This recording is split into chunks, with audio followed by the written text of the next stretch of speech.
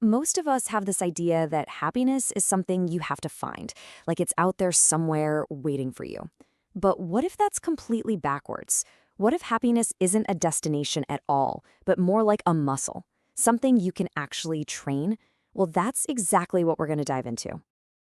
How many of us have felt this? This source for this whole explainer kicks off with this incredibly honest thought. You know the drill. You chase the big promotion, the new car, the next major milestone, convinced that's the thing that's finally going to make you happy. But what happens instead? So often, it's just burnout, not bliss. So if chasing the big shiny things doesn't work, what's the alternative? This is where things get really interesting because neuroscience has a different story to tell. A quieter one, but a much more powerful one. It suggests we can literally build our own happiness, one tiny piece at a time. But before we can get to the solution, we've got to really understand the problem. So let's break down why our usual approach backfires so often. Let's talk about something called the happiness trap. And this right here is the trap in a nutshell. We're sold this idea our whole lives. More money, more success, more recognition, that's the key to being happy. But what's the actual reality for so many people? More burnout, more stress, and that awful nagging feeling that the goalposts just keep moving. The chase? It just never, ever ends. So why do we fall for this? Well, a huge piece of the puzzle is our own brain. We have this built-in default setting called a negativity bias. Seriously, it's an old survival tool that's constantly scanning for threats. It was great for spotting predators back in the day, but in our modern world, it means our brain is often focused on what's wrong instead of what's right. Okay, I know that sounds a little discouraging, but here's the really good news. We are not stuck with that factory setting. Our brains have this incredible hidden power to actually change. And this is the absolute key to everything.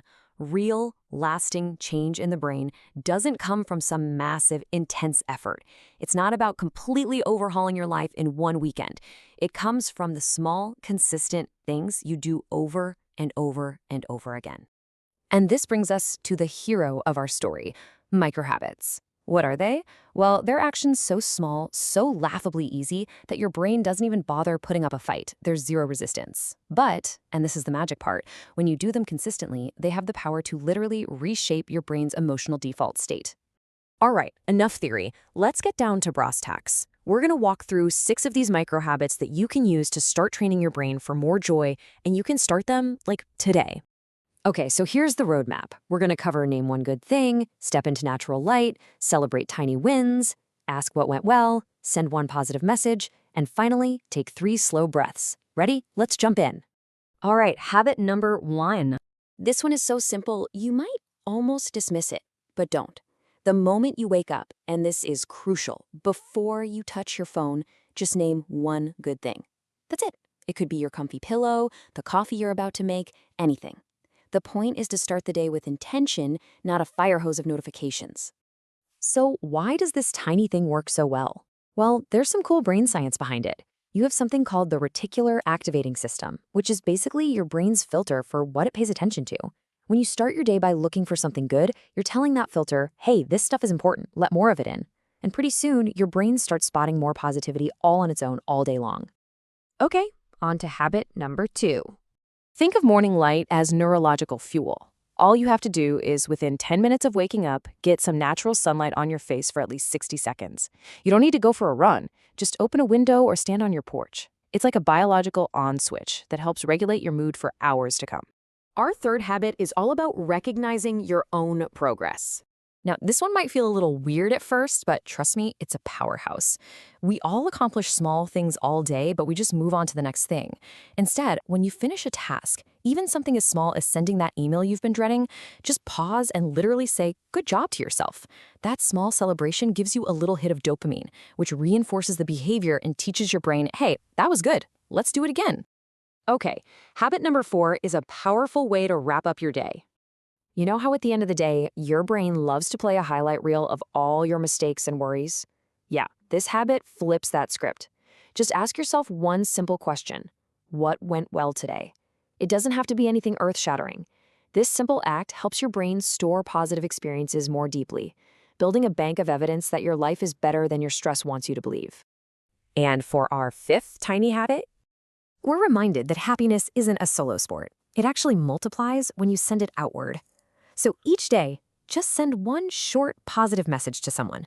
A text that says, "I appreciate you," or "thinking of you." It does something deeper than just make their day. It actually teaches your brain to see the world as a safer, more connected place. And a brain that feels safe is a brain that can be happy. And finally, habit number 6. This is your secret weapon for high-stress moments. A tense email lands in your inbox. Your automatic reaction is tension, maybe a spike of panic. Instead of reacting, you insert this micro habit. You pause for 3 slow, deliberate breaths. This simple action interrupts the stress cycle. It signals to your nervous system that you're safe, which allows you to move from a panicked reaction to a calm, clear response. So when you put all of these little habits together, you start to see what this is really about. It's not about finding one single magical moment of happiness. It's about building a pattern of it, day by day. Look, any one of these tiny habits isn't going to change your life today. It just won't. The real question to ask yourself with each of these actions is this one right here. With every tiny, repeated choice, what am I teaching my brain to feel tomorrow? Because that is how real, lasting change happens. Not in some huge breakthrough, but in a quiet pattern trained one day at a time.